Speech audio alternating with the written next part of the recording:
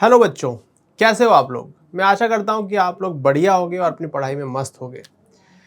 लेकिन आज का ये वीडियो बहुत खास होने वाला है क्योंकि आज मैं आपके लिए लेके आया हूं आईआईटी एग्जाम के रिस्पेक्ट में 50 मोस्ट इंपॉर्टेंट क्वेश्चंस।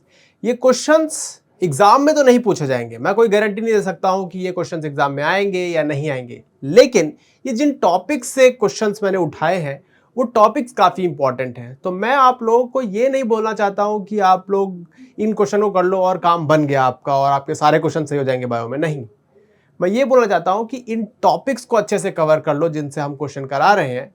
उन टॉपिक्स को क्लियर करने से तुम लोग के एग्जाम में अच्छे नंबर आ सकते हैं। तो एक एक करके हम लोग ये सारे 50 क्वेश्चन देखेंगे, सबको हम एक्सप्लेन करेंगे और उसके बाद आई होप कि आपको इन क्वेश्चंस को करने से काफी हेल्प मिलेगी। चलिए आइए शुरू करते हैं। पहला क्वेश्चन,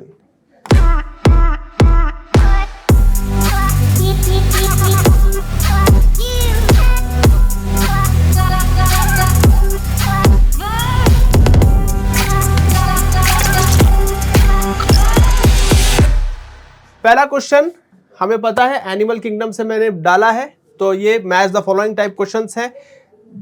ऐसा क्वेश्चन डालने के पीछे का मोटिव ये होता है कि आपको मल्टीपल चीजें पता होनी चाहिए। ठीक है, आपको ये पता होना चाहिए कि इतने सारे जितने भी फाइलम्स हैं उन सब में क्या क्या कैरेक्टरिस्टिक्स है। हमें पता है एनिमल किंगडम में हमको 11 टोटल फाइलम्स पढ़ाए जाते हैं, तो उन सब में कुछ ना कुछ कैरेक्टरिस्टिक्स फीचर होते हैं, कुछ जनरल फीचर्स होते हैं जो सब में कॉमन होते हैं। तो उसी से रिलेटेड ये क्वेश्चन है, देखते हैं। वाटर वैस्कुलर सिस्टम हमें पता है एकाइनोडर्मेटा स्टारफिश वाली फैमिली में पाया जाता है, स्टारफिश वाली फाइलम में पाया जाता है। कैनाल सिस्टम पॉरीफेरा में पाया जाता है, मेटामेरिज्म एनालिड्स में पाया जाता है और जॉइंटेड अपेंडेजेस आर्थ्रोपोडा में पाया जाती है। तो 1 का बी हो जाएगा, 1 का बी, सी और डी में दिया हुआ है, 2 का डी, 3 का ए। 3 देखते हैं, 3 का ए होना चाहिए, 3 का ए डी ऑप्शन में दिया हुआ है, तो डी ऑप्शन एब्सोल्युटली करेक्ट हो जाता है। आइए देखते हैं नेक्स्ट क्वेश्चन। कह रहा है कि primitive animals evolve from asymmetry to defined body plans, which phylum first shows defined definite radial symmetry during their life time, during their life cycle. Actually में ऐसा देखा जाता है कि जो शुरुआती एनिमल्स इवॉल्व हुए थे वो सब एसिमेट्रिक थे, लेकिन जब उनसे और आगे के ऑर्गेनिजम्स इवॉल्व हुए और आगे के फाइलम्स आए तो उनमें रेडियल सिमेट्री पाई गई और उनसे आगे में बायलेटरल सिमेट्री पाई गई। लेकिन ये पूछ रहा है हमसे रेडियल सिमेट्री के बारे में, तो पहली बार रेडियल सिमेट्री निडेरिया फाइलम के मेंबर्स में पाई गई थी। ओके, ठीक, चलते हैं आगे। क्वेश्चन पूछ रहा है कि which term describes the reduced fitness of a population due to the mating of closely related individuals. जब भी क्लोजली रिलेटेड इंडिविजुअल्स के बीच रिपीटेड मीटिंग होती है तो इससे होमोजाइगोसिटी बढ़ती है, और होमोजाइगोसिटी बढ़ने के कारण कई बार जो खराब टाइप के कैरेक्टरिस्टिक्स है ना उसकी भी होमोजाइगोसिटी बढ़ जाती है, जिसकी वजह से वो खराब टाइप के कैरेक्टर्स या वो कोई डिजीजेज वो हमको अगली जनरेशन में दिखने लग जाती हैं। और जब हमको डिजीजेज दिखती हैं तो उसको हम कहते हैं कि वहाँ पे कैरेक्टरिस्टिक्स जो है वो खराब होने लग गई हैं, उसी को हम इनब्रीडिंग डिप्रेशन कहते हैं। इनब्रीडिंग डिप्रेशन ही इसका सबसे सही आंसर होगा।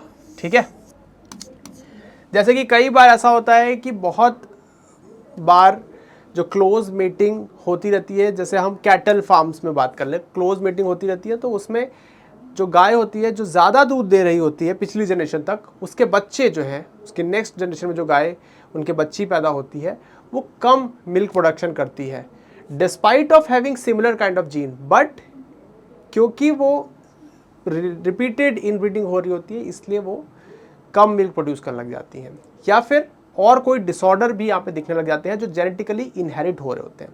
ओके, तो ये है। आइए देखते हैं next question. Which of the following zones of root is responsible for increase in length? Length में इंक्रीज कौन कराएगा? Zone of elongation. ये जो टॉपिक है ये 2 चैप्टर्स में आ जाता है तुम्हारे। पहला चैप्टर हो जाता है तुम्हारा मॉर्फोलॉजी ऑफ फ्लावरिंग प्लांट और दूसरा हो जाता है तुम्हारा प्लांट ग्रोथ एंड डेवलपमेंट। दोनों में ही ये टॉपिक दिया हुआ है। जोन ऑफ इलोंगेशन, इलोंगेशन के लिए इंपॉर्टेंट होता है जो सेल जो रूट की लेंथ को बढ़ाता है। जोन ऑफ मैच्योरेशन में रूट हेयर निकलते हैं, जोन ऑफ सेल डिवीजन को जोन ऑफ मेरिस्टेमेटिक एक्टिविटी बोलते हैं, और रूट कैप जो है वो रूट टिप को टूटने से या फ्रिक्शन से बचाता है। ठीक है, चलो नेक्स्ट। कह रहा है कि एक माइक्रोबियल कल्चर है एक लैब में, वो एक आइडियल कंडीशन में ग्रो करता है with limited resource, without any resource limitation. अगर इनिशियल पॉपुलेशन साइज 500 थी और वो हर 2 घंटे में डिवाइड करता है, डबल होता है, तो 8 घंटे के बाद कितना होगा? ठीक है, हर 2 घंटे में डिवाइड हो रहा है तो 8 घंटे के बाद वो 4 जनरेशन ग्रो कर चुका होगा। तो हमें एक फॉर्मूला पता है, n is equal to N naught into 2 to the power n। Simple सा है, n हमें फाइनल पता करना है, n नॉट हमें 500 दिया हुआ है, इंटू 2 टू द पावर 4 हो जाएगा। 2 to the 4 to the 2 to the 4 to the 8 to the 16, 16 into 5, 16 5 80 होता है। तो 8 जहां पे लिखा है वही तुम्हारा सही आंसर हो जाएगा। That will be D option. Okay, चले आगे। नेक्स्ट कह रहा है कि एक सर्टेन प्लेटफॉर्म है जो एंटर करता है होस्ट एक फिश के अंदर उसके गिल्स के थ्रू और उसकी ब्लड स्ट्रीम में चला जाता है और उससे एक्सट्रैक्ट करता है न्यूट्रिएंट्स ओवर टाइम, जिससे कि फिश वीक हो जाती है, उसका इम्यून सिस्टम भी वीक हो जाता है, रिप्रोडक्टिव आउटपुट भी कम हो जाता है, लेकिन वो उसको मारता नहीं है। तो ऐसी इंटरेक्शन को क्या कहते हैं? हमें पता है जिसमें किसी दूसरे होस्ट को नुकसान पहुंचाया जा रहा होता है विदाउट किलिंग इट, उसको हम कहते हैं पैरासिटिज्म, और ये है एंडोपैरासिटिज्म का एग्जाम्पल। ठीक है, क्लियर? चले आगे, चलते आगे, आ जाओ।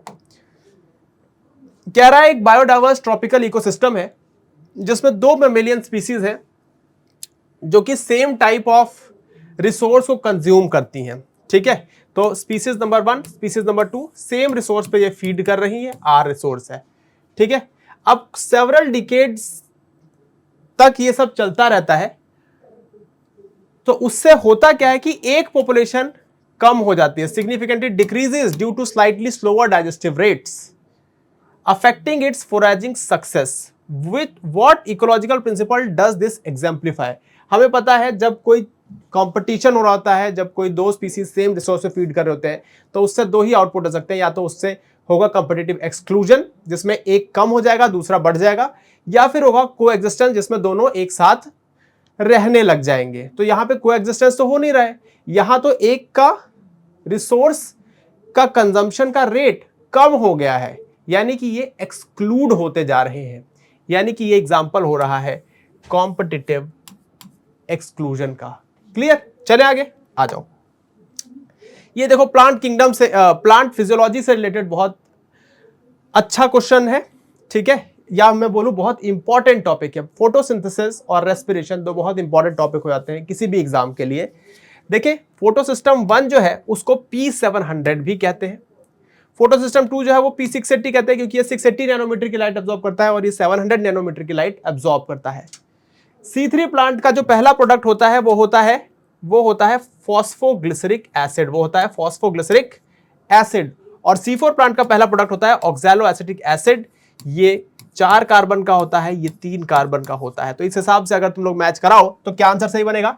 फर्स्ट का हो गया C, फर्स्ट का C तो एक ही ऑप्शन में दिया है, 2 का A, 3 का D, 2 का A, 3 का D, 4 का B, यानी कि B ऑप्शन इसका सबसे सही आंसर हो जाता है। बहुत इंपॉर्टेंट टॉपिक है, अगर किसी बच्चे ने नहीं पढ़ा है तो उसको इस टॉपिक को पढ़ लेना चाहिए, एग्जाम पॉइंट ऑफ व्यू से बहुत इंपॉर्टेंट है। चलो नेक्स्ट, कह रहा है C4 पाथवे में डीकार्बोक्सिलेशन कहां होती है? डीकार्बोक्सिलेशन पता है कहां होती है? C4 प्लांट में हैच एंड स्लैग साइकिल चलती है, या हैच एंड स्लैग पाथवे चलती है, जिसमें बंडल शीथ सेल और मीजोफिल सेल्स दोनों ही इन्वॉल्व होते हैं। और इसमें जो एक्चुअल फोटोसिंथेसिस या एक्चुअल डार्क रिएक्शन जिसको हम कहते हैं, जहां पे जो प्लांट है वो अपना फूड बना रहा होता है, शुगर बना रहा होता है, वो बंडल शीथ सेल में होता है। तो CO2 का नीड कहां पे है? बंडल शीथ सेल पे। रुबिस्को कहां होनी चाहिए? बंडल शीथ सेल में। तो CO2 का नीड जहां पे है वहीं तो डीकार्बोक्सिलेशन होना चाहिए, क्योंकि वहीं पे हमको CO2 चाहिए। तो अगर CO2 तुमको कहीं पे निकालना है तो तुमको बंडल शीथ सेल में ही निकालना पड़ेगा, क्योंकि बंडल शीथ सेल में ही CO2 की रिक्वायरमेंट है। ठीक है, तो आंसर हो जाएगा cytoplasm of bundle sheath cell, chloroplast of bundle sheath cell. देखो, होगा बंडल शीथ सेल में ही, लेकिन कहां पे? बंडल शीथ सेल के क्लोरोप्लास्ट के अंदर, क्योंकि क्लोरोप्लास्ट में ही तो डार्क रिएक्शन होगी, क्लोरोप्लास्ट के स्ट्रोमा में। ठीक है, तो क्लोरोप्लास्ट के स्ट्रोमा में होगी डार्क रिएक्शन, इसीलिए हमको क्लोरोप्लास्ट के इसीलिए हमको बंडल शीथ सेल के क्लोरोप्लास्ट में डीकार्बोक्सिलेशन करानी पड़ती है, और इसी को हम C4 cycle, hatch and slag pathway भी बोलते हैं, जो कि C3 साइकिल से ज्यादा एफिशिएंट साइकिल होती है। ठीक है, क्योंकि ये कम CO2 पे भी बढ़िया तरह से एक्ट करती है और ज्यादा लाइट इंटेंसिटी पे बढ़िया तरीके से एक्ट कर सकती है, ज्यादा टेम्परेचर पे बढ़िया तरीके से एक्ट कर सकती है। तो it's a better and it's a more efficient way of doing photosynthesis if compared with C3 cycle. Okay, चलो next, which of the following statements about plant hormone is true. Plant hormone के बारे में क्या चीज सही है, ये question पूछ रहा है। ऑक्सिन प्रमोट्स एब्सिशन, गलत बात है। ऑक्सिन कभी भी एब्सिशन को प्रमोट नहीं करता। एब्सिशन मतलब कि बूढ़ा होना या लीफ का फॉल होना। लीफ का फॉल नहीं प्रमोट करता है auxin. Abscisic acid promote growth, गलत बात है। जिबर्लिन प्रमोट ड्वार्फिज्म, गलत बात है। ये उल्टा लिखा हुआ है, जिबर्लिन हमेशा ही इलोंगेशन कराता है, ड्वार्फिज्म नहीं कराता है। साइटोकाइनिन प्रमोट न्यूट्रिएंट मोबिलाइजेशन, बिल्कुल सही बात है। साइटोकाइनिन न्यूट्रिएंट मोबिलाइजेशन में हेल्प करती है, क्योंकि जो साइटोकाइनिन होती है वो जो है उसको एंटी एजिंग हार्मोन बोला जाता है। तो ये एजिंग नहीं होने देती है। कैसे? न्यूट्रिएंट मोबिलाइजेशन करके। एंटी एजिंग हार्मोन इसको कहते हैं, एंटी एजिंग हार्मोन इसको कहते हैं, एंटी एजिंग हार्मोन इसको कहते हैं। ठीक है, क्लियर? चले आगे आ जाओ। During an action potential the role of calcium ion is to. देखो, एक्शन पोटेंशियल जनरेट कराने में, यानी कि डीपोलराइजेशन जनरेट कराने में किसका रोल होता है? सोडियम का। ठीक है, डीपोलराइजेशन को खत्म करवाने में, एंड कराने में किसका रोल होता है? पोटेशियम का। लेकिन इस एक्शन पोटेंशियल को अक्रॉस न्यूरॉन ट्रांसपोर्ट कराने में किसका रोल होता है? कैल्शियम का। तो कैल्शियम जो है वो एक न्यूरॉन से दूसरे न्यूरॉन पे इस एक्शन पोटेंशियल को ट्रांसफर करने में मदद करता है। कैसे? वो न्यूरोट्रांसमीटर्स जिस वेसिकल में फिल्ड होती है उसको एंड में पुश करता है न्यूरॉन के। ऐसा कहीं लिखा हुआ है? बिल्कुल लिखा हुआ है कि triggers pre synaptic release of neurotransmitters. Yes, triggers pre synaptic release of neurotransmitters सही ऑप्शन है। और ऑप्शन भी देख लेते हैं। Triggers post synaptic release of neurotransmitters, नहीं। Help receive signal stimulus in the cell body, नहीं। Conduct action potential along the axon, no, ये गलत बात हो गई। ए स्टेटमेंट सबसे सही माना जाएगा। ठीक है, अच्छा एक चीज मैं तुम लोग को और बता दूं कि हमेशा ही क्वेश्चन के हिसाब से आंसर तुम लोग को देना है। ऐसा नहीं है कि तुम लोग को ये लग रहा है कि क्वेश्चन में सारे ऑप्शन गलत दिए हुए हैं तो ये गलत ही है, या फिर क्वेश्चन में दो ऑप्शन सही दिए हुए हैं तो दोनों ही सही होने चाहिए। नहीं, क्वेश्चन के हिसाब से सबसे करेक्ट, मोस्ट अप्रोप्रिएट ऑप्शन कौन सा है वो तुम्हें सिलेक्ट करना होता है। ओके, ठीक है, आ जाओ देखते हैं नेक्स्ट। कह रहा है कि एक रिसर्च टीम ने जेनेटिकली मॉडिफाई किया है किसको? टेपिटम की डेवलपमेंट करने वाली जीन को। टेपिटम तुम्हें पता होगा कि जो तुम्हारा पॉलन ग्रेन होता है उसके डेवलपमेंट में टेपिटम का बहुत रोल होता है, क्योंकि टेपिटम जो है वो न्यूट्रिएंट प्रोवाइड करती है डेवलपिंग माइक्रोस्पोर को, और डेवलपिंग माइक्रोस्पोर ही आगे जाके पॉलन ग्रेन बनाता है। ठीक है, आ जाओ देखते हैं। Histological sections from the anther reveal normal development of epidermis, endothecium, middle layer, but pollen development halts prematurely. Pollen development नहीं हो पाता है। बात ये सही कह रहा है, अगर टेपिटम की डेवलपमेंट नहीं हो पाएगी तो फिर पॉलन का भी डेवलपमेंट नहीं हो पाएगा।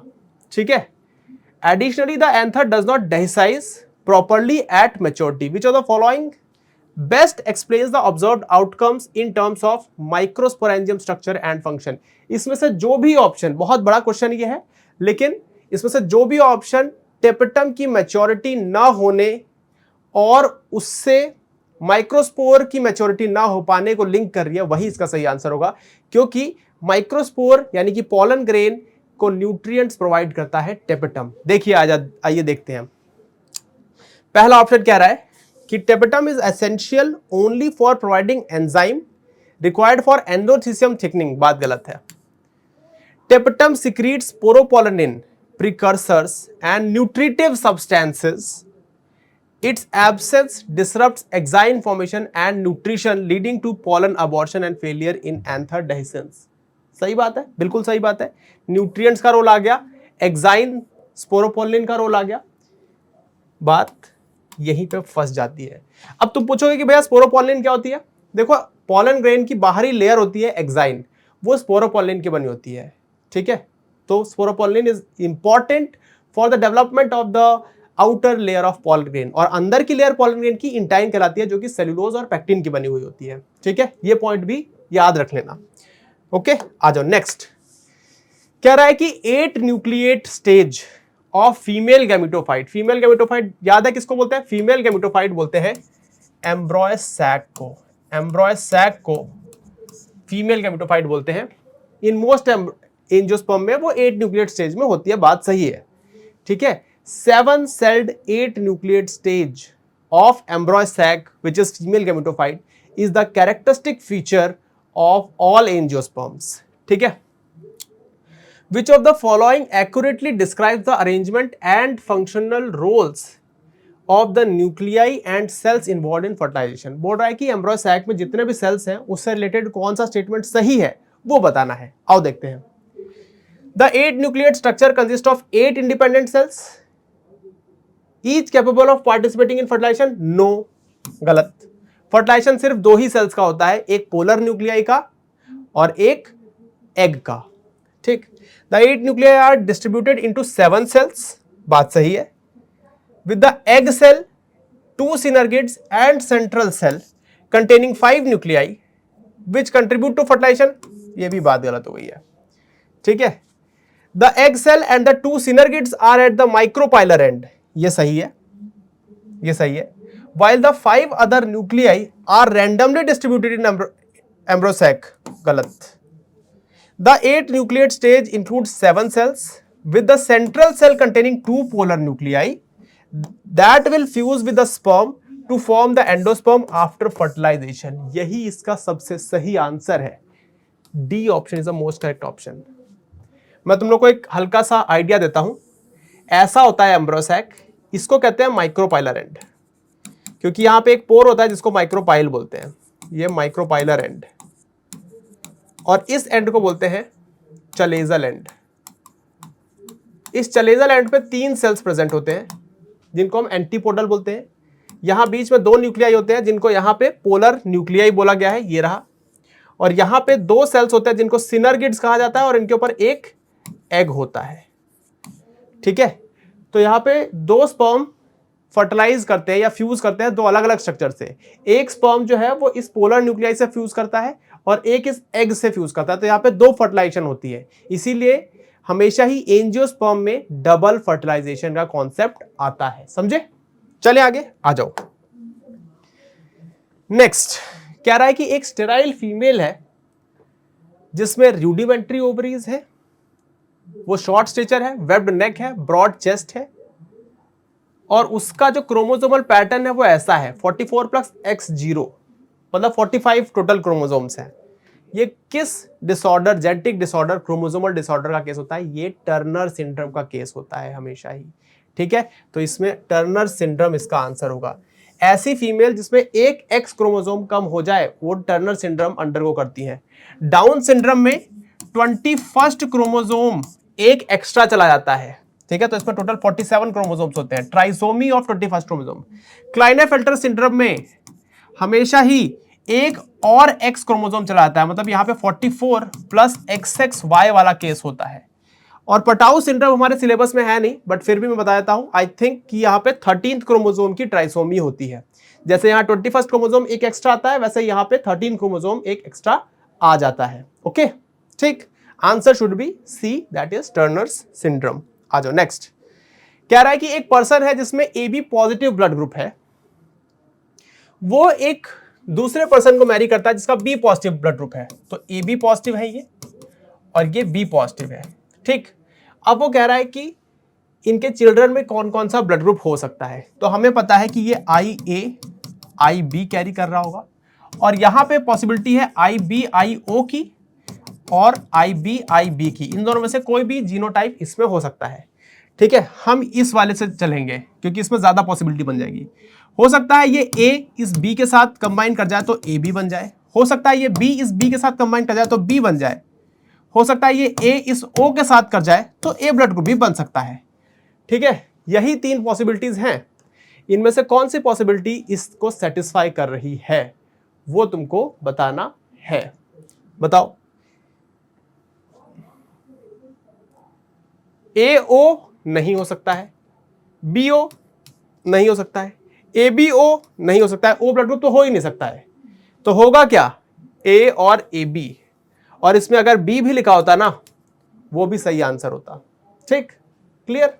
Next, how many non parental combination exist when a cross between yellow round P plant with green wrinkled P plant is done. वो कह रहा है कि कितने non parental gene combinations possible हैं अगर येलो राउंड और ग्रीन रिंकल्ड के बीच हम फर्टिलाइजेशन कराएं। तो मुझे पता है येलो राउंड दोनों ही डोमिनेंट कैरेक्टरिस्टिक्स होते हैं। ठीक, येलो को हम कैपिटल वाई से डिनोट करते हैं, राउंड को कैपिटल आर से। ग्रीन रिंकल्ड जो होते हैं वो दोनों ही रिसेसिव होते हैं। तो यहां पे स्मॉल वाई कर दो, स्मॉल आर कर दो। ठीक है, क्लियर। तो अब वो कह रहा है कि कितने नॉन पेरेंटल जीन कॉम्बिनेशंस यहां पे पॉसिबल है। देखो, ये F1 की बात नहीं कर रहा है, ये बात कर रहा है F2 की। ठीक है, हालांकि यहां पे लिखा नहीं है लेकिन ये बात F2 की ही कर रहा है, क्योंकि F1 में तो सारे ही नॉन पेरेंटल जीन कॉम्बिनेशन बनेंगे, क्योंकि इसका गैमेट क्या बनेगा, हाफ हाफ कर दो, कैपिटल आर। इसका क्या गैमेट बनेगा, स्मॉल आर। इसमें जब तुम फ्यूजन करोगे ना तो कैपिटल वाई स्मॉल आर बनेगा। ये जो जीनोटाइप है ये F1 हाइब्रिड है और ये किसी भी पेरेंट से नहीं सिमिलर है, इसलिए ये तो नॉन पेरेंटल ही है और ऐसे ही सारे F1 में आएंगे। तो नॉन पेरेंटल जीन कॉम्बिनेशन यहां तो सारे ही बनेंगे, लेकिन ये पूछ रहा है F2 का। दिस कैन बी जज बाय द ऑप्शंस। ठीक है, अब जब तुम F2 बनाओगे ना तो तुम कैपिटल वाई स्मॉल आर को क्रॉस करोगे कैपिटल वाई स्मॉल आर के साथ, तो तुम्हारे पास जो फिनोटिपिक रेशो आएगा ना वो पता है क्या आएगा, वो आएगा 9:3:1। टोटल 9 + 3 + 3 + 1 कितना होता है, टोटल 16 हो गए।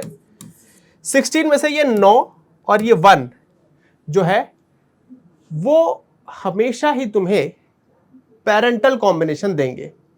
ठीक है, लेकिन ये 3 + 3 जो बीच वाले हैं ना ये तुम्हें नॉन पेरेंटल कॉम्बिनेशन देंगे। तो ये 16 में से 6 जो कॉम्बिनेशंस हैं वो नॉन पेरेंटल आते हैं। ठीक है, वो नॉन पेरेंटल आते हैं, ये आ जाएगा 3/8। लेकिन ये फिनोटाइप का रेशो है, ये फिनोटाइप का रेशो होता है। ये कैसा रेशो होता है, ये फिनोटाइप का रेशो होता है, मतलब फिजिकल ट्रेट का। लेकिन यहां हमसे आई थिंक पूछा गया है किसका, अच्छा यहां भी फिनोटाइप का ही पूछा गया है, आई थिंक सो। अगर फिनोटाइप का पूछा गया है तो ये 6/16 इस ऑप्शन के साथ मैच कर रहा है। ठीक है, लेकिन अगर ये जीनोटाइप का भी पूछ ले तो भी तुम पता लगा सकते हो, क्योंकि जीनोटाइप में ये कैपिटल वाई कैपिटल आर एक है पेरेंट, एक है स्मॉल वाई स्मॉल आर। जब तुम F2 जनरेशन के जीनोटाइप्स ड्रॉ करते हो ना तो तुमको एक ये मिलता है और एक ये मिलता है। वहां भी जीनोटाइप्स में भी 16 कॉम्बिनेशन मिलते हैं। ठीक है, वहां कॉम्बिनेशन होता है 1:2:1:4:2:1:1 ये मिलता है। इसमें पहला और आखिरी इसको और इसको डिनोट करता है और बाकी सब नॉन पेरेंटल ही जीनोटाइप्स होते हैं। तो यहां पे 14/16 आता है genotypic ratio, which comes out to be what, 7/8। अब तुम्हें पता है 7/8, मैं यही बोल रहा था कि ऑप्शन से देख के जज करना है। यहां 7/8 दिया होता तो तुम जीनोटिपिक भी कंसीडर कर सकते थे, लेकिन यहां दिया ही नहीं है। ठीक है, तो यहां 6/16 जो फिनोटिपिक रेशो है वही तुम्हें कंसीडर करना है, जो कि हमारा यहां पे निकल के आया है F2 में। क्लियर, तो 6/16 should be the correct answer. Okay, चलो अब मैं ये नहीं कह रहा हूं कि यही क्वेश्चन आ जाएगा एग्जाम में, मैं ये कह रहा हूं कि इसी तरह के क्वेश्चन आएंगे एग्जाम में अगर इस टॉपिक को उठाया गया तो। ये कौन सा टॉपिक है, ये मेंडल के लॉज वाला टॉपिक है। ओके, ठीक, चलो नेक्स्ट कह रहा है VNTR से रिलेटेड क्या चीज इनकरेक्ट है। VNTR समझते हो? डीएनए फिंगरप्रिंटिंग में जिस बारकोड, डीएनए में जो बारकोड को यूज करते हैं उसको VNTR बोलते हैं, variable number of tandem repeats बोलते हैं। ठीक है, variable number of tandem repeats हर एक इंडिविजुअल का अलग अलग होता है, इसीलिए डीएनए फिंगरप्रिंटिंग में सब अलग अलग आते हैं। ठीक है, इसीलिए डीएनए फिंगरप्रिंटिंग से तुम हर एक इंडिविजुअल को अलग अलग पहचान सकते हो।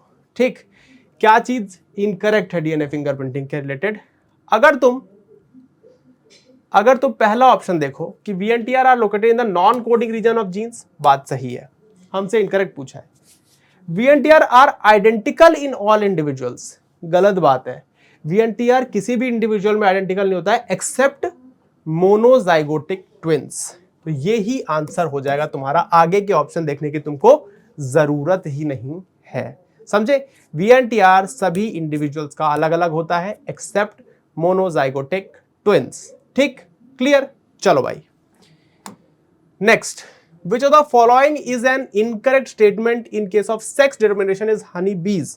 हनी बी में सेक्स डिटर्मिनेशन से रिलेटेड क्या चीज गलत है, ये पूछने की कोशिश कर रहा है।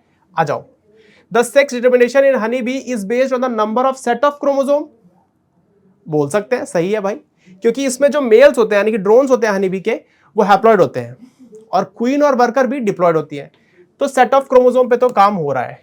हमसे इनकरेक्ट पूछा है लेकिन। आ जाओ, द फीमेल्स आर हैप्लॉइड, गलत हो गया, फीमेल्स हमेशा डिप्लॉयड होती हैं, फीमेल्स हमेशा डिप्लॉयड होती हैं। हनी बी में मेल हैप्लॉइड होते हैं, तो यही इसका गलत आंसर हो गया है और हमसे गलत ही पूछा था इसलिए ये सही आंसर हो गया है। इसीलिए incorrect, correct, which of the following is not correct, ऐसे टाइप के क्वेश्चन एक्सक्लूसिवली, ऐसे टर्म्स को हमेशा ही ध्यान में रखना क्वेश्चन में, वो तुम्हारे को बहुत हेल्प करेंगे। ठीक है, आ जाओ, कह रहा है कि किसके कितने बेस पेयर्स प्रेजेंट है वो पूछ रहा है। ये तुम्हारे मॉलिक्यूलर बेसिस ऑफ इनहेरिटेंस का क्वेश्चन है, फैक्चुअल है।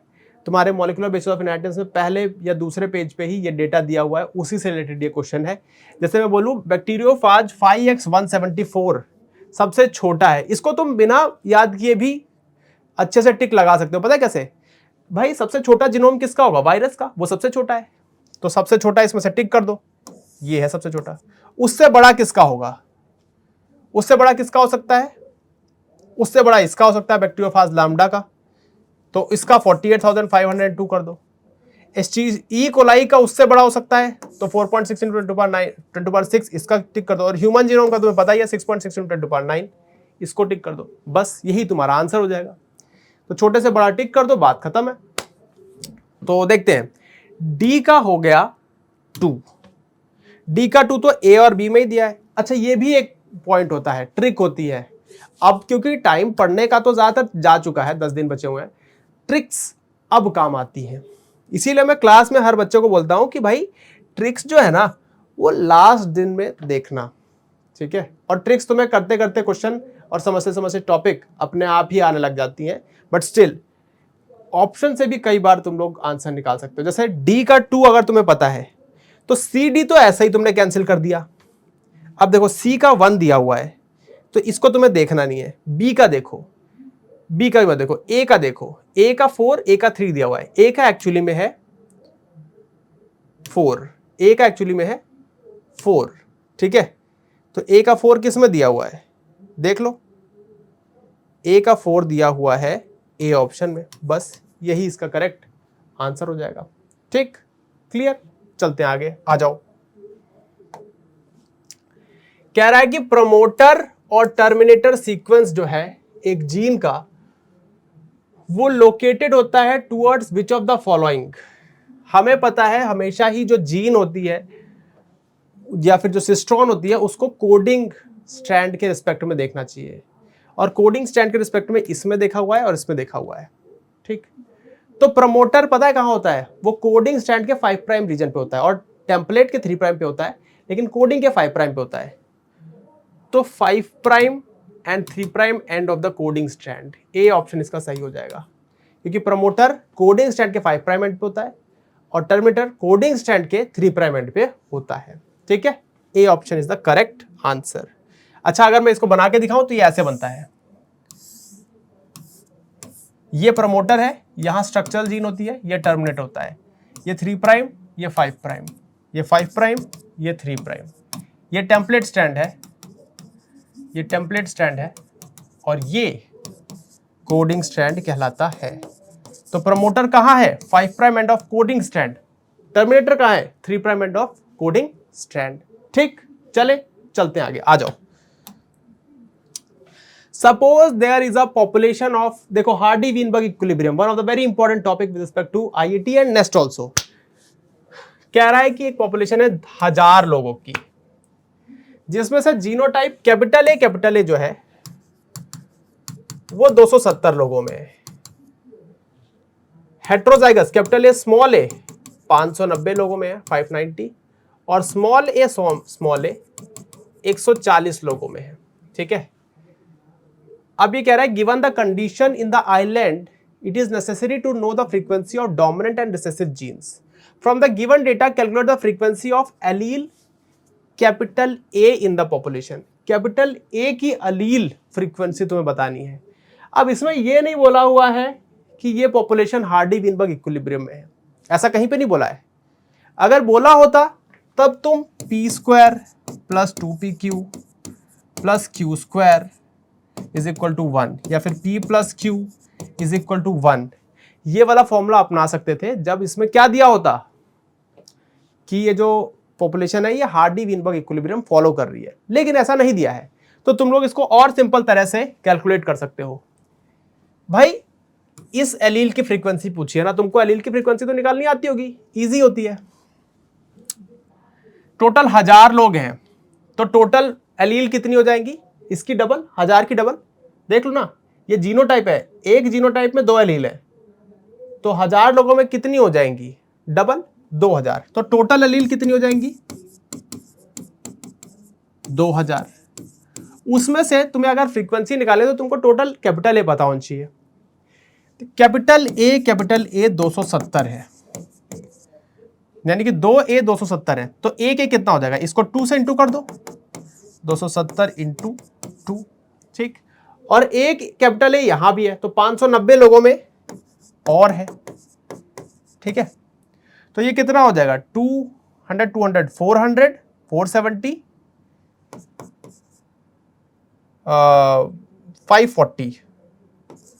540 यहां से, 590 यहां से, है ना? 0 9 4 3 1 5 10 11 1130 आउट ऑफ 2000 लोगों में क्या प्रेजेंट है? Capital A allele. तो ये लगभग 0.5 के आसपास है कि नहीं है? बिल्कुल है भाई, 2000 में से 1000 के आसपास की चीज है ये, तो 0.5 के आसपास की चीज क्या है? ये है। बस यही इसका आंसर हो गया, एज सिंपल एज दैट। कोई बहुत बड़ी रॉकेट साइंस नहीं है हार्डी-वीनबर्ग प्रिंसिपल, बस हम उसको बना देते हैं। ठीक है, आ जाओ। ये देखो टाइप्स ऑफ नेचुरल सिलेक्शन का एग्जांपल है। 3 टाइप के सिलेक्शन होते हैं नेचुरल सिलेक्शन में, डिसरप्टिव, डायरेक्शनल और स्टेबलाइजिंग। उसी से रिलेटेड क्वेश्चन है। ये 3-4 एग्जांपल दिए हुए हैं और बोला है कि कौन सा किसका एग्जांपल है बताओ। पहला दिया है डायरेक्शनल सिलेक्शन, आ जाओ एग्जांपल देखते हैं, उससे कंपेयर कर लेंगे। पहला बोल रहा है कि in a century trees were planted with 2 types of seeds, 1 big seed and 1 small seed. ठीक है, birds with large beaks could crack open bigger seed, big seeds को वो खा सकते हैं, while the smaller beaked birds could crack open smaller seeds। ठीक है, later birds with average beak size decreased। अब वो बोल रहा है कि एवरेज बीक साइज जो है वो वाली बर्ड्स कम हो गई हैं, बिग बड़ी चोंच और छोटी चोंच वाली जो बर्ड्स हैं वो अब इंक्रीज हो गई है, क्योंकि जो सीड्स हैं वो या तो बड़ी है या तो छोटी है। तो ये किसका एग्जांपल है? इसमें दोनों एक्सट्रीम सिलेक्ट हो रहे हैं, तो ये डिसरप्टिव का एग्जांपल हो जाएगा कि नहीं? बिल्कुल हो जाएगा यार। तो 1 मैच कर रहा है डिसरप्टिव के साथ, तो बी का 1 होना चाहिए। अब देखो बी का 1 ए में भी दिया हुआ है, बी में भी दिया हुआ है और डी में भी दिया हुआ है, तो सी ऑप्शन तो कट गया। अब आ जाओ आगे देखते हैं। ये तो हो गया बी। अगला ऑप्शन देखते हैं। सेकेंड में बोल रहा है कि upon prescribed antibiotics a person did not complete her course and stopped Midway, a few registered bacteria survived and multiplied causing the disease again. ये तो भाई नेचुरल सिलेक्शन है, स्टेबलाइजिंग सिलेक्शन का एग्जांपल लग रहा है, ये है कि नहीं है? सी लग रहा है मुझे, ये है कि नहीं है? सी लग रहा है ये, या फिर ए भी हो सकता है, but let's see, other option से भी हम जज कर सकते हैं आंसर। आ जाओ आगे चलते हैं। इसीलिए बोल रहा हूं हमेशा तुम लोगों को ऑप्शन से जज करना होता है। अब जैसे यहां पे फंस गए तो अगले ऑप्शन में चलो, आ जाओ। According to hospital data most mortality occurred with babies with very high and very low birth weight. अगर किसी बच्चे का ज्यादा वेट होता है या कम, बहुत कम वेट होता है, तो वो उसके खत्म होने के चांस ज्यादा होते हैं। Only babies with normal weight have a high survival chance, यानी कि मिड वाला सिलेक्ट हो रहा है, यानी कि यहां पे स्टेबलाइजिंग सिलेक्शन हो रहा है। तो थर्ड का तो सी सिलेक्ट हो रहा है, थर्ड का सी सिलेक्ट हो रहा है, थर्ड का सी सिलेक्ट हो रहा है, तो डी ऑप्शन तो चला गया। थर्ड का सी सिलेक्ट हो रहा है, तो ए ही तो बचा है, अब ए ही बचा है। अब यहां पे ए ही इसका सबसे सही आंसर भी हो रहा है, क्योंकि ए का 2 डायरेक्शनल हो गया फिर, ठीक है, स्टेबलाइजिंग हो गया इसका, और बी का तुम्हारा 1 हो गया है, ठीक है। अब देखो फोर्थ ऑप्शन भी देख ही लेते हैं एक बार, आ जाओ। A study was conducted in which humans were kept in extremely low and extremely high temperature regions. They found that in low temperature humans developed symptoms of hypothermia, while in high temperature it resulted in heat stroke. Only humans in normal temperature were healthy. मतलब normal temperature मतलब कि average temperature. यहां भी stabilising selection यानी कि C option सबसे correct हो रहा है, यानी कि थर्ड और फोर्थ सी से मैच कर रहा है, थर्ड और फोर्थ सी से मैच कर रहा है ए ऑप्शन में। ए ऑप्शन इसका सबसे सही आंसर हो जाएगा, ठीक है। आ जाओ नेक्स्ट। कह रहा है marsupials in Australia and placental mammals in other continents have evolved to fill similar ecological roles. ये कह रहा है कि मार्सुपियल्स और प्लेसेंटल मैमल्स ये अलग अलग एरिया में पाए जाते हैं, बट ये काफी सिमिलैरिटी शो करते हैं। तो different areas, different ancestors but similar functions क्या डिनोट करता है? एनालॉजी डिनोट करता है, कन्वर्जेंट एवोल्यूशन डिनोट करता है। कहीं ऑप्शन में दिया हुआ है कन्वर्जेंट एवोल्यूशन? बिल्कुल दिया हुआ है, कन्वर्जेंट एवोल्यूशन दिया हुआ है, यही इसका सही आंसर हो जाएगा, ठीक है। चलो, लेकिन वहीं आप अगर सिर्फ मार्सुपियल्स में ही डिफरेंट मार्सुपियल को कंपेयर करोगे तो वो अडैप्टिव रेडिएशन का एग्जांपल हो जाएगा। इसीलिए यहां पे अडैप्टिव रेडिएशन लिखा है ताकि तुम लोगों को गुमराह किया जा सके। Marsupial comparing with in themselves, ठीक है, is an example of adaptive radiation, but marsupial compared with placentals is an example of convergent evolution. इसकी जगह अगर यहां पे एनालॉजी लिखा होता वो भी सही आंसर होता, ठीक। आ जाओ next. A population of beetles shows a shift in color from light green to dark green due to bird predation. This is an example of, देखो मैंने बताया ना, यहां पे एक डायरेक्शन में चीजें मूव कर रही हैं, तो ये कैसा मूवमेंट है? मतलब ये लाइट ग्रीन से डार्क ग्रीन होते जा रहे हैं, तो ये कैसा मूवमेंट है? ये एक डायरेक्शन में मूव कर रहा है, तो ये डायरेक्शनल मूवमेंट है। यहां पे एक ट्रेट से, एक एक्सट्रीम ट्रेड से दूसरे एक्सट्रीम ट्रेड का सिलेक्शन हो रहा है, यहां मिड ट्रेड का सिलेक्शन नहीं हो रहा है। तो ये किसका एग्जांपल हो जाएगा? ये डायरेक्शनल सिलेक्शन का एग्जांपल हो जाएगा, ठीक, क्लियर। चलें आगे चलते हैं, आ जाओ। अब ये कह रहा है कि एक पॉपुलेशन है, फिर से हार्डी-वेनबर्ग इक्विलिब्रियम, लेकिन इस बार हमको उस तरह से सॉल्व नहीं करना जैसे हमने पिछले हार्डी-वेनबर्ग इक्विलिब्रियम के क्वेश्चन में सॉल्व किया था। हमको सॉल्व करना है फॉर्मूला लगा के, क्योंकि अब इसने लिख दिया है कि ये पॉपुलेशन हार्डी-वेनबर्ग इक्विलिब्रियम में है, तो हम ये फॉर्मूला अब अपना सकते हैं। In a population the frequency of allele capital A is 0.6, यानी कि P of A is 0.6. What is the frequency of heterozygous genotype? Capital A small A का पूछ रहा है, कैपिटल ए स्मॉल ए क्या कहलाता है? कैपिटल ए स्मॉल ए की फ्रीक्वेंसी 2pq से निकल के आती है ना भाई? भाई p square plus 2pq plus q square is equal to 1। ठीक है, ये डोमिनेंट जीनोटाइप की फ्रीक्वेंसी है, ये रिसेसिव जीनोटाइप की फ्रीक्वेंसी है, और ये हेट्रोजाइगस की है कैपिटल ए स्मॉल ए, और ये 2pq से निकलती है। अब तुम्हें पता है 0.6 हमको दिया हुआ है p की वैल्यू, और p plus Q is equal to 1 होता है, तो q क्या हो जाएगा? 1 माइनस 0.6 इज इक्वल टू 0.4। तो 2pq क्या हो जाएगा भाई? 2 इंटू 0.6 इंटू 0.4, 6 हो जाए 24, 2 जा 48। आंसर क्या हो जाएगा? 0.48। बस यही इसका आंसर है। कितना सिंपल है। आ जाओ नेक्स्ट। अब कह रहा है कि अकॉर्डिंग टू 10% लॉ, 10% लॉ जो लिंडमैन ने दिया था, वो कह रहा है कि एनर्जी जो है 10,000 किलो कैलोरी एनर्जी है, वो प्रोड्यूसर लेवल पे अवेलेबल है। 10,000 किलो कैलोरी प्रोड्यूसर के पास अवेलेबल है। अब वो कह रहा है कि सेकेंडरी कंज्यूमर के पास कितनी एनर्जी होगी। ठीक है, how much energy will be available at the secondary consumer level. Producer है ये, यहां पे फिर उसको क्या खाएंगे? प्राइमरी कंज्यूमर, फिर उसको कौन खाएंगे? सेकेंडरी कंज्यूमर, और ये सेकेंडरी कंज्यूमर का ही पूछ रहा है। तो 10% लॉ के हिसाब से हर एक लेवल पे, हर एक ट्रॉफिक लेवल पे एक जीरो हटाते जाओ। 10,000 में से एक जीरो हटाया, 1000 बचा। 1000 में से एक जीरो हटाया, 100 बचा। 100 आंसर होना चाहिए, क्योंकि सेकेंडरी कंज्यूमर के पास 100 किलो कैलोरी बची हुई है। क्या आंसर होगा? B, 100 kilo calorie. Simple, 10% law है भाई।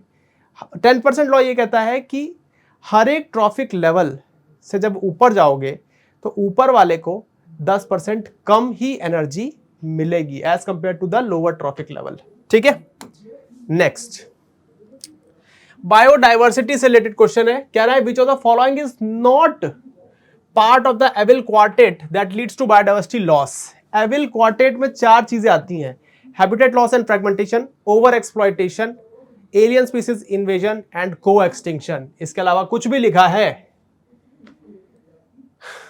तो गलत हो जाएगा। हैबिटेट लॉस एंड फ्रेगमेंटेशन है, ओवर एक्सप्लॉयटेशन है, एलियन स्पीसीज इन्वेजन है, इंक्रीज बायोडाइवर्सिटी हॉटस्पॉट, ये कोई एविल क्वार्टेट में नहीं आता है। यही इसका आंसर हो जाएगा, नॉट पूछा हुआ है।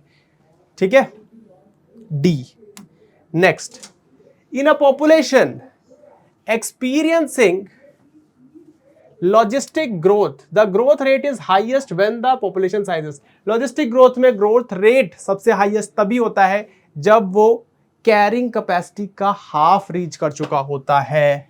ठीक है, तो हमें पता है लॉजिस्टिक ग्रोथ कर्व कैसा होता है? dn upon dt is equal to rn k minus n upon k। इसमें से ये जो k है ये कैरिंग कैपेसिटी को डिनोट करता है। जब तुम्हारे पॉपुलेशन k/2 को रीच कर जाता है तब मैक्सिमम ग्रोथ रेट देखा जाता है। कहीं ऑप्शन में लिखा है at half the carrying capacity, at half the carrying capacity. ठीक है, क्लियर। चलो नेक्स्ट, कह रहा है कि consider a population where the initial size यानी कि n0 की वैल्यू है 1000। During a certain time period 200 individuals are born. Birth कितने लोगों का हुआ है? 200 लोगों का हुआ है, और 50 लोगों की डेथ हो गई है। ठीक है, at the same time 100 individuals immigrate, 100 individuals की इमिग्रेशन हो जाती है, और एमिग्रेशन हो जाती है 150 लोगों की। तो अब पॉपुलेशन साइज कितना होगा वो ये पूछ रहा है। तो बस सिंपल सी बात है, हमें पता है number at time t is equal to number at 0 plus birth plus immigration minus death plus emigration. जरा ये फॉर्मूला से निकालो जरा चीजें। nt इज इक्वल टू 1000 हो जाएगा n0, b प्लस आई 200 plus 100 300 minus death plus emigration 50 plus 150 200 हो जाएगा। यानी कि 300 माइनस 200 100 हो गया, प्लस 1000 हो गया। एनटी कितना हो जाएगा भाई साहब? एनटी हो जाएगा 11 1100। 1100 कहीं पे ऑप्शन में दिया हुआ है, जहां भी दिया हुआ है वही उसका आंसर हो जाएगा। ठीक है, 1100 उसका आंसर हो जाएगा। देखो यहाँ इस ऑप्शन में भी 1100 दिया है, इधर भी 1100 दिया हुआ है। Any one of them is correct. ठीक है, हम इसको करेक्ट मान लेते हैं। ठीक है, हम इसको करेक्ट मान लेते हैं। Okay, clear. चलो आ जाओ। कह रहा है कि एक पॉपुलेशन है माइक्रो ऑर्गेनिजम्स की, was introduced into a nutrient rich medium. Okay, initially the population doubled every year. After a certain point, although reproduction continued, the rate of growth slowed and eventually plateaued. Which of the following best explains this phenomena? देखो ये भी logistic growth का ही example है, logistic growth curve का, कि हमेशा ही logistic growth curve में population शुरुआत में बहुत तेजी से बढ़ती है, लेकिन एक टाइम बाद वो कांस्टेंट हो जाती है। क्यों?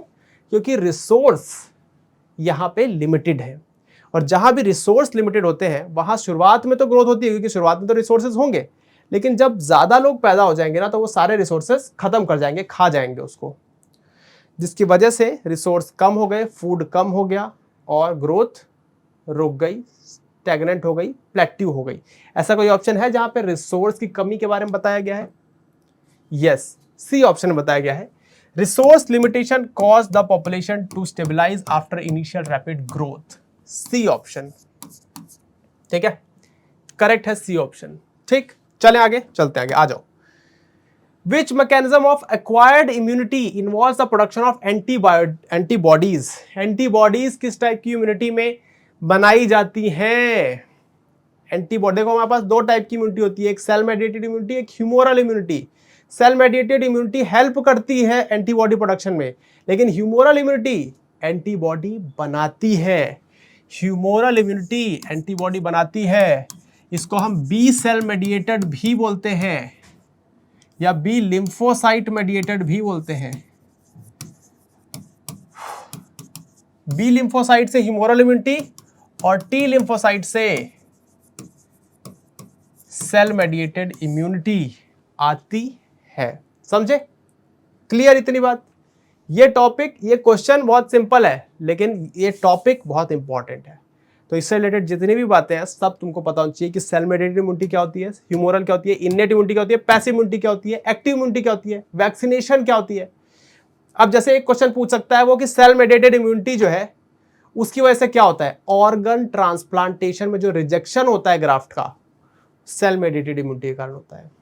ठीक है, वैक्सीनेशन एक्टिव इम्यूनिटी का एग्जांपल है, colostrum of milk passive immunity का एग्जांपल है, skin natural killer cells, physiological responses, cytokines, ये सब इनेट इम्यूनिटी के एग्जांपल है। ठीक है, चलें आगे, आ जाओ। कह रहा है कैंसर सेल्स जो है वो involve uncontrolled cells. Cancer cell में क्या होता है, सेल्स बहुत तेजी से डिवाइड करते हैं। ठीक है, तो वो सेल साइकिल का कंट्रोल लॉस होता है, तभी वो बहुत तेजी से डिवाइड कर रहे होते हैं। ओके, अब वो कह रहा है कि सेल इतनी तेज डिवाइड क्यों कर रहे हैं, किस चीज में म्यूटेशन आया है जिसकी वजह से वो इतनी तेज डिवाइड कर रहे हैं। Mutation in which type of gene is most directly responsible for transforming a normal cell into cancer cell. देखो बहुत सारी ऐसी जीन्स होती है ना जो सेल डिवीजन को रेगुलेट कर रही होती है। जब सेल बहुत तेजी से डिवाइड कर होता है ना तो वो सेल को खींच लेती है कि और डिवाइड नहीं करना है। ठीक है, तो ऐसी जीन्स जो ट्यूमर को रोकती हैं उनको हम ट्यूमर सप्रेसर जीन्स बोलते हैं, जो सेल डिवीजन को कंट्रोल या रेगुलेट या स्टॉप करके रखती हैं।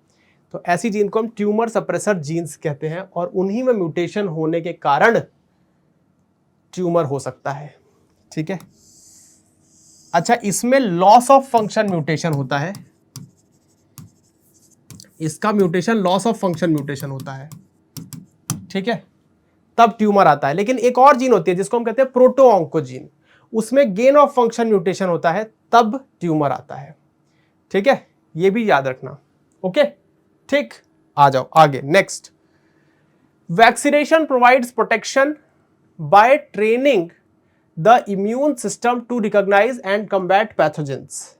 विच of the following best describes how vaccination lead to immunity. इम्यूनिटी कैसे आती है वैक्सीनेशन से? वैक्सीनेशन में हम जिस वायरस से इम्यूनिटी प्रोवाइड करना चाह रहे होते हैं ना, उसी वायरस को वीक करके या उस वायरस का कुछ पार्ट हम अपनी बॉडी में डाल देते हैं, जिसकी वजह से हमारी बॉडी एंटीबॉडी बनाने लग जाती है, हमारी बॉडी में मेमोरी आ जाती है to fight against that infection in subsequent infections. देखो जरा क्या ऑप्शन सही है। It activates only innate immunity, गलत बात है। प्रोवाइड रेडीमेड एंटीबॉडीज, नहीं, ये तो पैसिव इम्यूनिटी हो जाएगी। Induces memory B and T lymphocyte formation, memory आएगी तभी तो आगे वो इन्फेक्शन नहीं होने देगा। यही इसका सही आंसर है। ठीक है, C option is the most correct and most appropriate answer. ठीक, चलो कह रहा है autoimmune disease occurs when the immune system attacks the body's own tissue. हमारी बॉडी के सेल्स, हमारी बॉडी का इम्यून सिस्टम कई बार हमारी बॉडी को ही नुकसान पहुंचा देता है। ऐसे डिसऑर्डर्स को हम ऑटो इम्यून डिसऑर्डर्स बोलते हैं। और कुछ एग्जांपल्स हैं ऑटो इम्यून डिसऑर्डर्स के, और इस क्वेश्चन में भी उसी का एक एग्जांपल पूछा हुआ है कि कौन है इसमें से ऑटो इम्यून डिसऑर्डर का एग्जांपल। इसमें से पता है क्या, रूमेटॉइड आर्थराइटिस, ये ऑटो इम्यून डिसऑर्डर का एग्जांपल होता है। ऐसे ही और भी होते हैं, जैसे मैं बताऊं टाइप 2 डायबिटीज लिखे ना इसमें, type 1 diabetes auto immune disorder होती है। ठीक, जैसे मैं बताऊं माइस्थेनिया ग्रेविस, ठीक है, ये ऑटो इम्यून डिसऑर्डर होती है। ठीक है, Hashimoto's disease, there are many auto immune disorders. ठीक, क्रॉनिक हेपेटाइटिस, ये सब ऑटो इम्यून डिसऑर्डर्स होते हैं। आ जाओ next. As AIDS progresses patients suffer from the infections they could normally resist. The opportunistic infection commonly associated with advanced AIDS is AIDS important topic है, इसलिए question डाला है। ये क्वेश्चन डाला इसका मतलब ये नहीं है कि यही क्वेश्चन इंपॉर्टेंट है।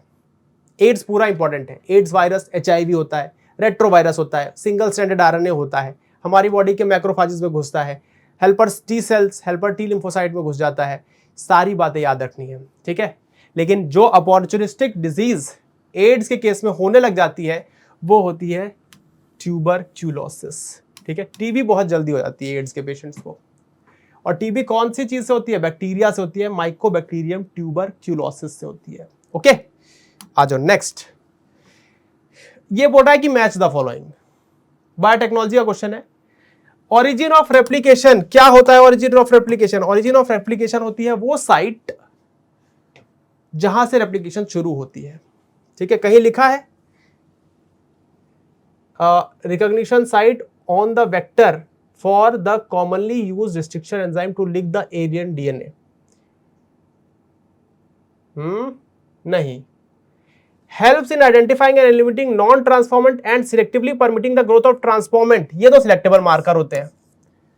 ठीक है, ट्रांसफॉर्मेंट और नॉन ट्रांसफॉर्मेंट को सिलेक्ट करने में सिलेक्टेबल मार्कर्स हेल्प करते हैं। तो भाई 2 का B हो गया। अब तुम्हें सारे ऑप्शन देखने की जरूरत नहीं है, सीधा ऑप्शन पे आओ। 2 का B कहां दिया हुआ है? 2 का B सिर्फ C पे दिया हुआ है और कहीं दिया ही नहीं हुआ है। तो क्या आंसर सी हो जाएगा? थर्ड ऑप्शन सही हो जाएगा। तो तुम्हें सारे ऑप्शन देखने की जरूरत नहीं है, जो तुमको आता है वो देखो, फिर ऑप्शन देखो। मैच द फॉलोइंग में यही तो फंडा क्लियर होना चाहिए कि ज्यादा उसमें सारे ऑप्शन मैच करके फिर नहीं जाना है। एक ऑप्शन मैच किया, डिडक्ट किया, सी ऑप्शन करेक्ट हो गया। अब बाकी ऑप्शन देखने की जरूरत ही नहीं है। ठीक है, एक आध फिर भी देख लेते हैं। 1 का C कह रहा है सही है। Sequence where the replication starts, origin of replication वही रीजन है जहां पे रेप्लिकेशन स्टार्ट होती है। देख लो, ओरिजिन ऑफ रेप्लिकेशन, जहां पे रेप्लिकेशन ओरिजिनेट हो यानी स्टार्ट हो, यही है। ठीक है, चलो next. The BT toxin is not toxic to human being because, BT toxin हमारे लिए क्यों नहीं टॉक्सिक है? क्योंकि BT जो है बैसिलस thuringiensis, उसके अंदर जो टॉक्सिन है जिसको हम एंडोटॉक्सिन भी बोलते हैं, वो टॉक्सिन जो कि क्राय प्रोटीन होता है, वो टॉक्सिन जो है, वो टॉक्सिन एक इनएक्टिव फॉर्म में होता है और उसको एक्टिवेट होने के लिए अल्कालाइन pH चाहिए होता है। और वो अल्कालाइन pH उसको सिर्फ और सिर्फ इंसेक्ट की गट यानी कि इंटेस्टाइन में मिल पाता है। इसीलिए वो ह्यूमंस को कुछ नहीं अफेक्ट करता है, वो सिर्फ इंसेक्ट को ही अफेक्ट करता है। कोई ऑप्शन है ऐसा? इसमें तो कह रहा है कि टेम्परेचर चाहिए, नहीं, pH, बेसिक pH चाहिए। ये देखो D option, conversion of pro BT toxin to BT toxin only takes place in highly alkaline condition. Alkaline condition में होता है कि नहीं? तो बस फिर यही इसका सही आंसर हो जाएगा। ठीक, डी ऑप्शन इसका आंसर हो जाएगा भाई। ठीक है, डी ऑप्शन इसका आंसर हो जाएगा, सिंपल। चलिए नेक्स्ट आ जाओ। कह रहा है कि जीनोमिक डीएनए जो है उसको डाइजेस्ट किया है एक रेस्ट्रिक्शन एंडोन्यूक्लियस है जिसका नाम है ALU1। ठीक है, ALU1, a restriction enzyme that is a 4 base cutter. ये रेस्ट्रिक्शन एंडोन्यूक्लियस को 4 बेसिस चाहिए होते हैं। ये 4 बेस को रिकॉग्नाइज करता है, किसी स्पेसिफिक 4 बेस के सीक्वेंस को ये रिकॉग्नाइज करता है। What is the frequency with which it will cut the DNA assuming a random distribution of basis in the genome. देखो यार, सिंपल सी चीज है, अगर वो 4 बेस के सीक्वेंस को रिकॉग्नाइज करता है तो वो चारों बेस एक साथ आ जाएं, उसकी क्या प्रोबेबिलिटी है? उसकी प्रोबेबिलिटी क्या है भाई? हमारे पास ATGC प्रेजेंट होता है। ठीक है, ATGC प्रेजेंट है।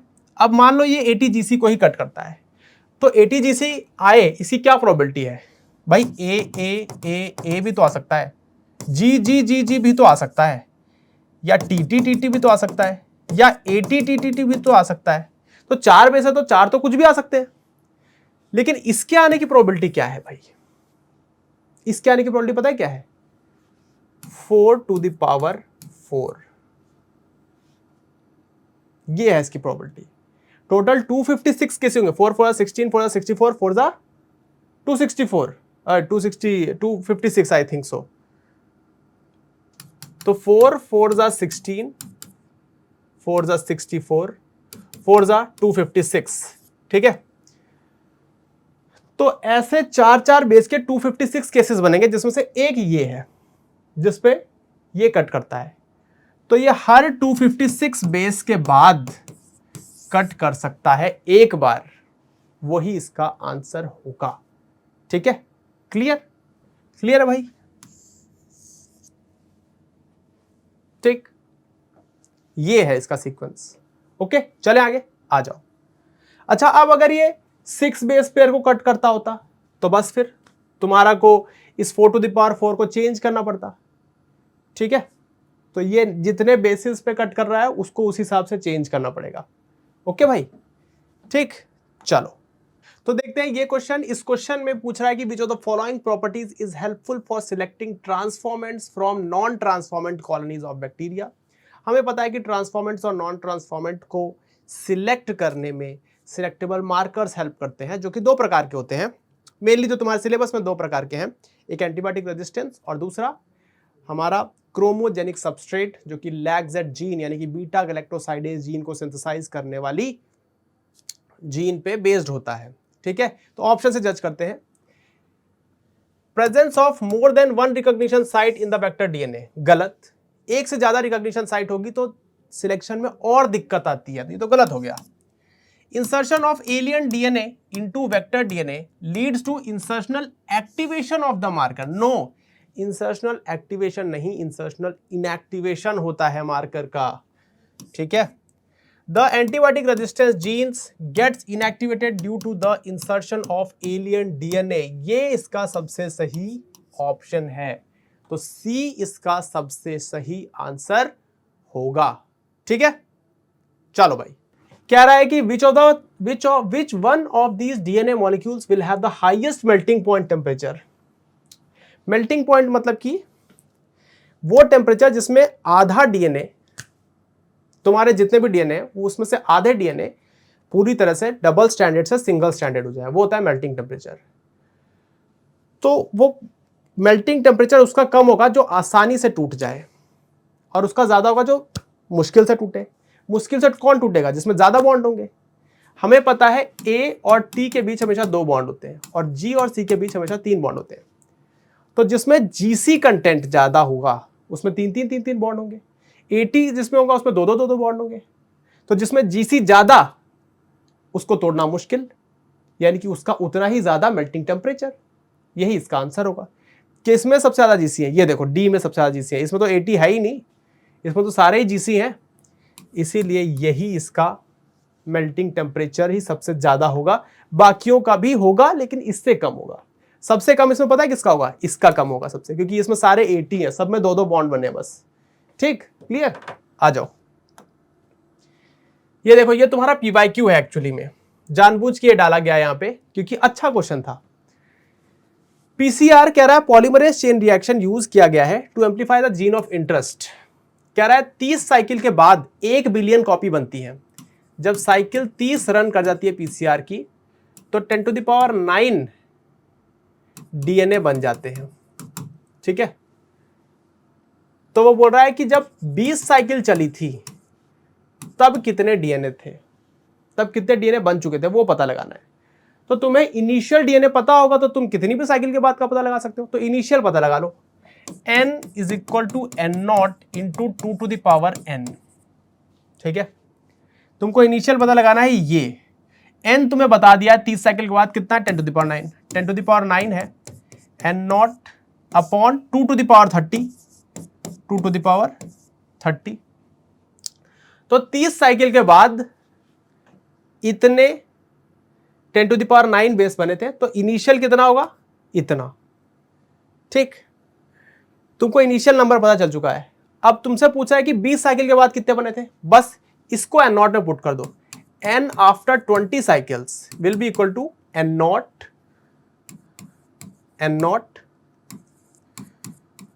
ठीक है इंटू 2⁻20। यस, 2⁻20 तो हो जाएगा, है ना। बस फिर क्या है, सॉल्व कर दो भाई इसको। n at 20 is equal to 10⁹ upon क्या, 2⁻10 हो जाएगा क्योंकि 2⁻20 है, ये 2⁻30 है, तो दोनों कैंसिल आउट हो जाएंगे। तो ये हो जाएगा 2⁻10। और तुम्हें पता है 2⁻10 किसके इक्वल होता है, 1024 के इक्वल होता है, which is approximately equal to 1000। तो ये 10⁹ अपॉन 10⁻3 कर दो तो क्या आ जाएगा, 10⁻6। तो n after 20 cycle will be 10⁻6, यानी कि 1 मिलियन। 1 मिलियन। ठीक है, बहुत अच्छा क्वेश्चन मुझे लगा ये क्वेश्चन।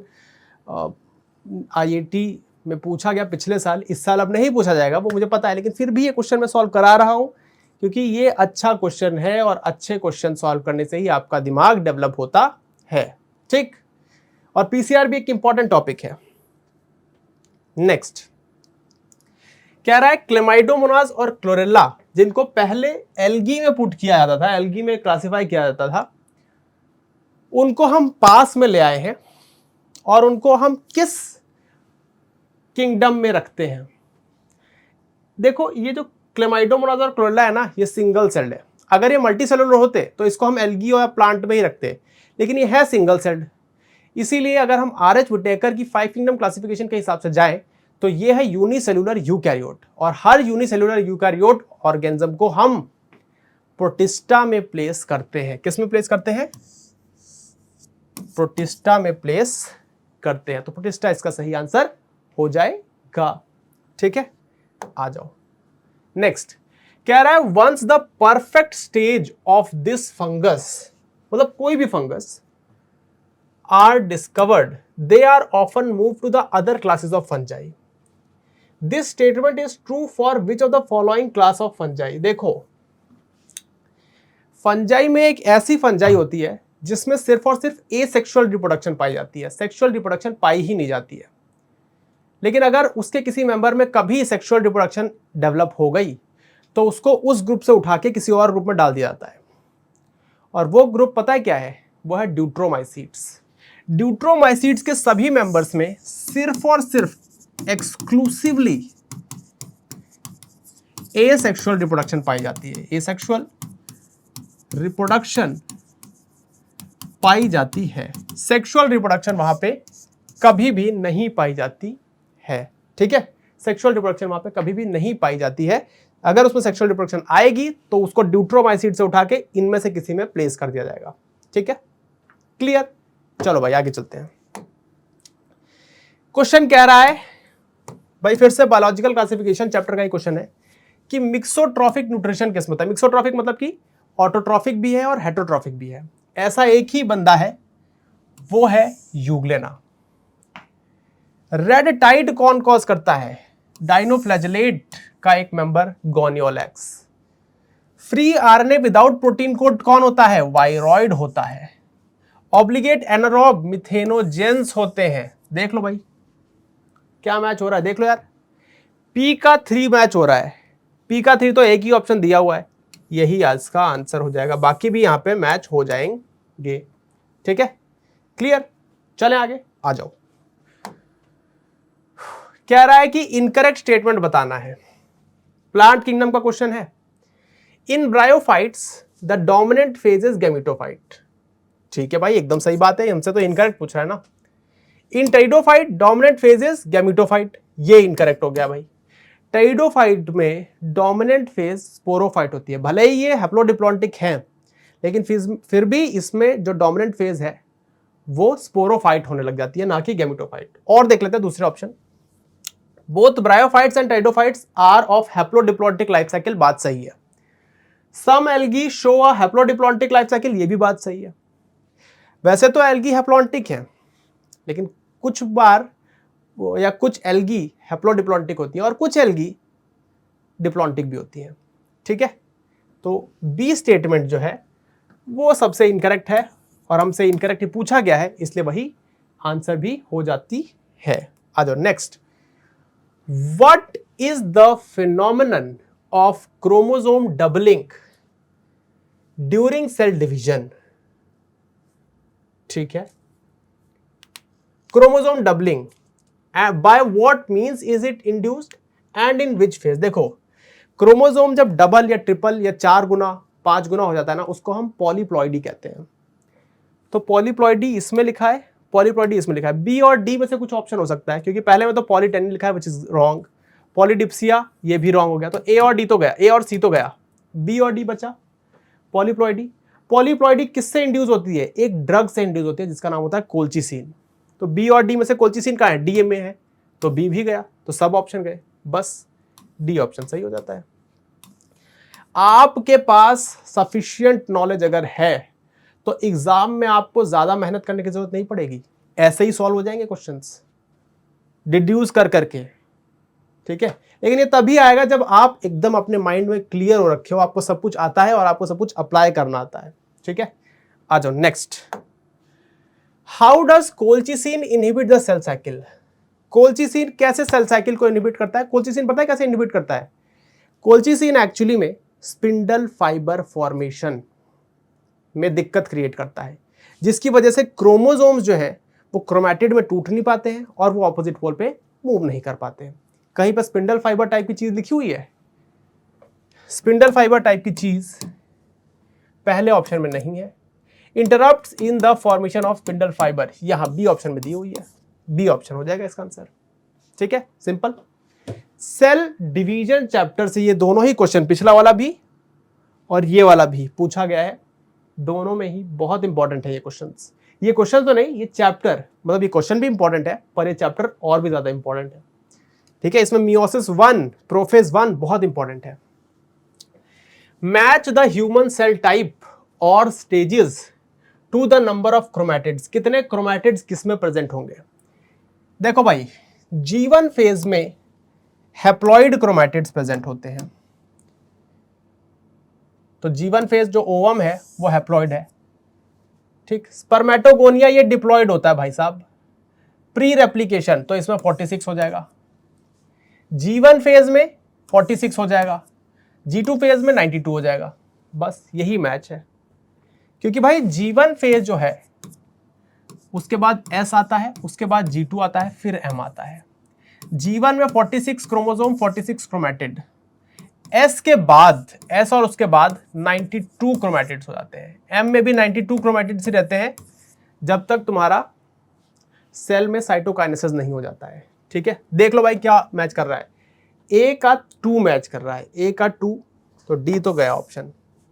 B का 1 मैच कर रहा है, तो A ऑप्शन निकल गया।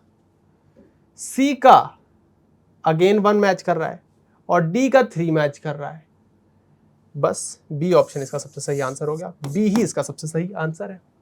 क्लियर, B आंसर है। नेक्स्ट कह रहा है given below are the 4 schematics that describe the dependence of rate of an enzyme reaction on temperature which of the following combinations is true for thermophilic and psychrophilic organism. देखो तुमको ये पता है thermophilic organism high temperature पे काम करते हैं, साइक्रोफिलिक organism कम temperature पे भी काम करते हैं, ठीक है। लेकिन टेम्परेचर डिपेंडेंस का जो ग्राफ है वो सबका सेम रहता है। हर एक ऑर्गेनिज्म का एक टेम्परेचर ऑप्टिमा होता है, चाहे वो एक हाई टेम्परेचर हो चाहे वो एक लो टेम्परेचर हो। जैसे ह्यूमंस का अगर टेम्परेचर ऑप्टिमा तुम देखो तो हमारा टेम्परेचर ऑप्टिमा 37 डिग्री सेल्सियस रहता है। तो हमारे जो बेस्ट एंजाइम की एक्टिविटी है वो 37 डिग्री सेल्सियस पे होगी। लेकिन अगर कोई मान लो ऐसा बैक्टीरिया है जो हाई टेम्परेचर 100 डिग्री सेल्सियस पे उसका एंजाइम बढ़िया एक्ट करती है, तो वो 100 डिग्री पर उसका टेम्परेचर ऑप्टिमा आएगा। किसी का 50 डिग्री पे अगर बढ़िया काम करती है एंजाइम तो वो 50 पे मैक्सिमा शो करेगा। लेकिन ग्राफ का शेप जो है वो हमेशा यही रहेगा। तो इसीलिए अगर तुम्हें दो अलग अलग टेम्परेचर पे काम करने वाले बैक्टीरिया दिए हुए हैं और बोला है कि इन दोनों का ही ग्राफ बताओ टेम्परेचर डिपेंडेंस से रिलेटेड, तो तुम्हारा ग्राफ पता है कैसा होना चाहिए? तुम्हारा ग्राफ सेम होना चाहिए, क्योंकि यहाँ तो सेम टाइप की ग्राफ है, बस टेम्परेचर अलग अलग है और ये ग्राफ इससे मैच कर रहा है। तो दोनों में ही आर टाइप का ग्राफ देखा जाएगा। तो आर किस में दिया हुआ है? सी ऑप्शन में आर दिया हुआ है, बस यही इसका आंसर हो जाएगा। ये क्वेश्चन बायोमोलिक्यूल चैप्टर से है और बहुत इंपॉर्टेंट चैप्टर है वो। इस 50 क्वेश्चन की सीरीज में उतने ज्यादा क्वेश्चंस जो है बायोमोलिक्यूल्स के नहीं ला पाए हैं, लेकिन एक क्वेश्चन ये ला पाए हैं, इंपॉर्टेंट है, एंजाइम से रिलेटेड है। एंजाइम से रिलेटेड और भी क्वेश्चन बन सकते हैं, ठीक है, वो पूरा चैप्टर ही इंपॉर्टेंट है। But yes, due to this constraint of 50 questions हम यहीं पे अपने आप को लिमिट कर सकते हैं in this chapter. But yes, ये चैप्टर काफी इंपॉर्टेंट है। ओके, आओ नेक्स्ट। ये जो हमारा लास्ट क्वेश्चन है ये भी बायोमोलिक्यूल चैप्टर का ही है। ये कह रहा है कि inulin is a polymer of, हमें पता है inulin is a polymer of fructose, insulin is a polymer of amino acid, क्योंकि इंसुलिन एक प्रोटीन है, इंसुलिन एक प्रोटीन है और प्रोटीन अमीनो एसिड का पॉलीमर होता है। Chitin is a polymer of N acetyl glucosamine, N acetyl glucosamine. कहीं लिखा है फ्रुक्टोज और ग्लूकोसामीन? बिल्कुल लिखा है सी ऑप्शन में, ठीक है। तो इस तरह से हमने 50 वेरी इंपॉर्टेंट क्वेश्चंस सॉल्व कर लिए हैं from the whole NCERT, from the whole 11th and 12th standards की बुक, जो कि तुम्हारे एग्जाम पॉइंट ऑफ व्यू से, आईआईटी पॉइंट ऑफ व्यू से काफी इंपॉर्टेंट है। अगर तुम इन क्वेश्चंस को कर लोगे और इन क्वेश्चंस में जो अंडरलाइन टॉपिक्स अप्लाई हो रहे हैं उनको कर लोगे तो तुम्हारे बायो में अच्छे खासे नंबर आ जाएंगे। मैं ये बात मानता हूं कि बहुत से बच्चे जो नॉन बायो बैकग्राउंड के हैं वो बायो छोड़ देते हैं, लेकिन उनको बायो नहीं छोड़नी चाहिए, क्योंकि बायो में तुम इजीली चीज़ें ग्रैब करके कुछ नंबर तो एक्सट्रैक्ट कर ही सकते हो। और बायो जिस बच्चों ने ली है, मुझे पता है उनमें से बहुत सारे बच्चे मैथ्स छोड़ देंगे, उनके लिए ये सबसे ही ज़रूरी हो जाता है कि वो बायो में 15 आउट ऑफ 15 क्वेश्चन सॉल्व करें और सही करें 15 में से 15 क्वेश्चंस, क्योंकि मुझे पता है वो मैथ्स बहुत ज़्यादा प्रोबेबिलिटी है कि बायो वाले बच्चे मैथ्स अच्छा परफॉर्म नहीं करते हैं, बिकॉज कोई भी रीज़न हो सकता है, या फिर वो छोड़ देते हैं क्योंकि कुछ प्री रिक्विजिट्स उनके पास नहीं होते हैं और टाइम कम होता है और मैथ्स ज़्यादा डिमांड करती है टाइम फॉर प्रैक्टिसिंग। इसीलिए जिन बच्चों ने बायो लिया है उनके लिए मस्ट है कि वो बायो के सारे टॉपिक्स बहुत अच्छे से याद कर ले, बहुत अच्छे से समझ ले, सारे फैक्ट्स उनको याद हो, जितने हमने क्वेश्चन किए हैं ये सब उनको याद हो, इससे रिलेटेड जितने भी टॉपिक्स हैं वो सब उनको याद हो, ताकि वो एग्जाम में कहीं भी अटके ना और एकदम से सारे सही आंसर कर ले। बायो अगर 15 क्वेश्चन तुम्हें करने और तुम्हारी अच्छी अंडरस्टैंडिंग है, आधा घंटा भी नहीं लगेगा तुमको करने में, और पूरे 15 आउट ऑफ 15 अगर तुम ले आओगे ना तो तुमको बाकी सब्जेक्ट में थोड़ा बफर लेने का स्कोप मिल जाएगा, ठीक है, थोड़ा टाइम तुमको एक्स्ट्रा मिल जाएगा बाकी सब्जेक्ट में। ओके, तो यही मैं कह रहा हूं कि कंपैरेटिवली इजी है सारे क्वेश्चन सही करना बायो में। ओके, तो विद दिस मैं इस सेशन को एंड करता हूं। आई होप इस सेशन से, इन 50 क्वेश्चन से तुम लोगों को बहुत हेल्प मिलेगी, एग्जाम में तुम लोग अच्छा परफॉर्म कर पाओगे।